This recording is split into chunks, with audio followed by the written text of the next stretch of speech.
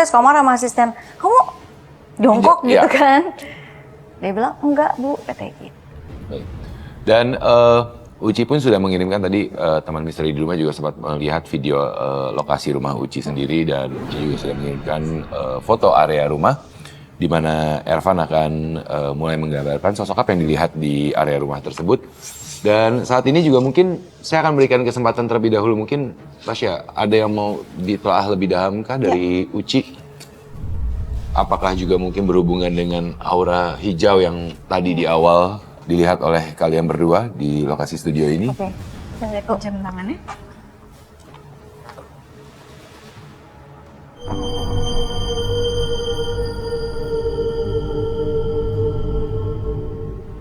Mbak Uci ini dari keluarga yang banyak yang bisa juga. Auranya terbuka banget. Dari Jawa Barat. Sering banget didampingin sama perempuan berpakaian warna hijau. Oke. Ada dari nenek juga.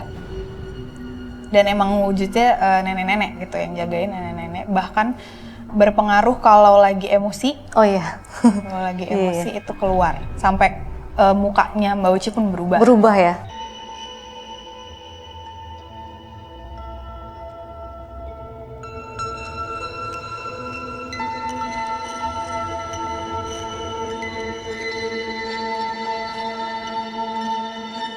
Tapi menerima, itu yang buat jadi auranya bener-bener. Baik. Thank you. Uci silakan duduk kembali, Tasya juga silakan duduk kembali. Oke. Jadi dari apa yang saya tangkap di saat Tasya mencoba untuk melihat apa yang ada dalam diri Uci ini. Jadi sebenarnya pertanyaan pertama, aura hijau memang karena aura dari Uci atau karena tadi kan Tasya sempat mengatakan ada sosok nenek berwarna hijau. Berbeda-beda sosok. Ada yang sosok berwarna hijau dari Jawa Barat. Apakah itu yang mempengaruhi auranya Uci kah atau bagaimana? Iya, jadi yang sosok hijau ini, yang berwarna hijau ini cukup berpengaruh besar sama dirinya Mbak Uci. Sampai ke mempengaruhi fisik deh. Makanya sampai keluar gitu. Kayak gini nih aku ngeliatnya udah ada hijaunya besar sekali gitu. Baik. Terus yang jaganya pun kuat-kuat. Oke. Apalagi nenek ini sekarang udah bahkan langsung nunjukin. Ada di sebelah kanannya Mbak Uci. Masa? Artinya sekitar. Sebelah kanan saya, sorry, sebelah sini. Oke. Dan itu menjaga di rumah banget. Jadi kalau tadi dibilang banyak gangguan, sebenarnya mungkin kalau nggak ada nenek ini lebih parah gangguannya. Oke. Merinding apa nih langsung? Oke. Pertanyaan saya berikutnya adalah tadi ketika Tasya melihat apa yang ada dalam diri Uci sendiri pun juga mengatakan bahwa artinya Uci ini berasal dari keluarga yang memang mempunyai kemampuan karena banyak keluarganya yang bisa. Uci pun sebenarnya tadi mengatakan bahwa sebenarnya dari kecil sudah terbiasa. Ya cuman saya benar kata Mbak Tasya, aku nggak pernah mau mendalami. Sebenarnya keluargaku semua bisa, ya Mbak Tasya. Aku coba deh belajar. Aku bilang aku belum siap gitu loh. Udahlah aku apa adanya aja gitu. Oke. Tapi memang tidak mendalami, tapi sudah menerima bahwa secara keturunan memang diberikan kemampuan lebih. Alhamdulillah sih. Aku merasa mereka menjaga aku, dan setiap aku misalnya sakit hati atau ada orang yang mau niat jahat sama aku tuh pasti akan kebuka gitu loh. Jadi aku bisa lebih hati-hati sih. Tapi satu sosok yang tadi Tasya bilang bahwa ketika Uci emosi ini akan seperti mengambil alih. Itu sosok apa itu sebenarnya? Itu leluhurnya. Penjaganya.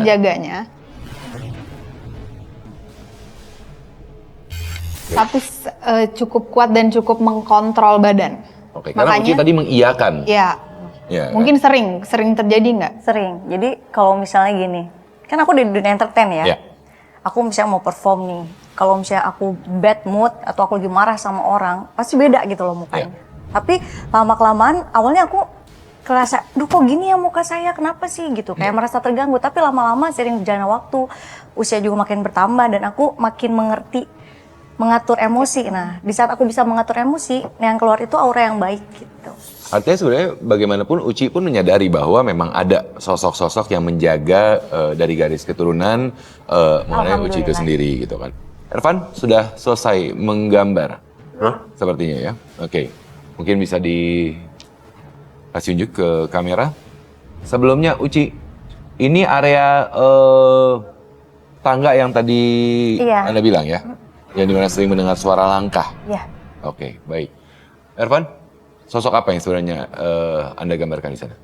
Sosok beberapa anak kecil yang ada di kamar mandi. Dan sebenarnya dia areanya bukan hanya di kamar mandi aja, tapi sering seperti mondar-mandir termasuk dalam area kolam renang. Oke. Mereka suka bermain, entah kenapa ada sesuatu yang menarik di rumah Kak Uci. Oke. Ini area kolam renangnya. Ya. Baik, mungkin boleh saya akan memberikan kepada Uci untuk melihat. Jadi memang kalau Anda perhatikan gambar dari Ervan di sini ada 3 sosok, sebenarnya ada beberapa sosok yang memang sepertinya suka untuk bermain di area kolam renang ya Ervan ya. Ini memang anaknya udah dari lama. Iya. Ada di rumah situ bawaan atau gimana? Kalau ini menariknya Mbak Uci ini banyak dideketin anak-anak. Anak-anaknya lebih dari 1 yang jelas itu lebih dari 3 bahkan. Ya. Oke. Kenapa Karena kalau yang aku tangkep ya, Mbak Uci ini karena tadi ada bawaan dari Jawa Barat, itu bikin keibuan. Oke. Nah, bukan berarti Mbak Ucinya merawat anak-anak nih enggak, tapi ada aura yang membuat anak-anak ini jadi nempel aja, seneng aja. Daya tarik tersendiri. Oke, apakah berhubungan juga dengan aura kehijauan? Karena kan kalau kita berbincang kan aura kehijauan ini kan memang aura tenang. Ya mungkin memang aura keibuan. Apa itu? Saya dari tadi ngeliatin dia memang nih. Oke. Matanya udah keliling-keliling soalnya. Oke.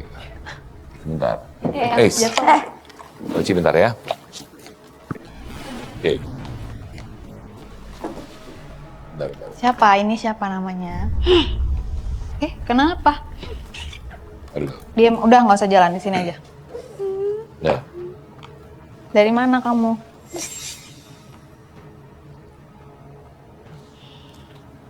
Kenapa sepertinya melihat ke arah Uci? Sama maju-maju. Mau ngapain? Mau ngapain?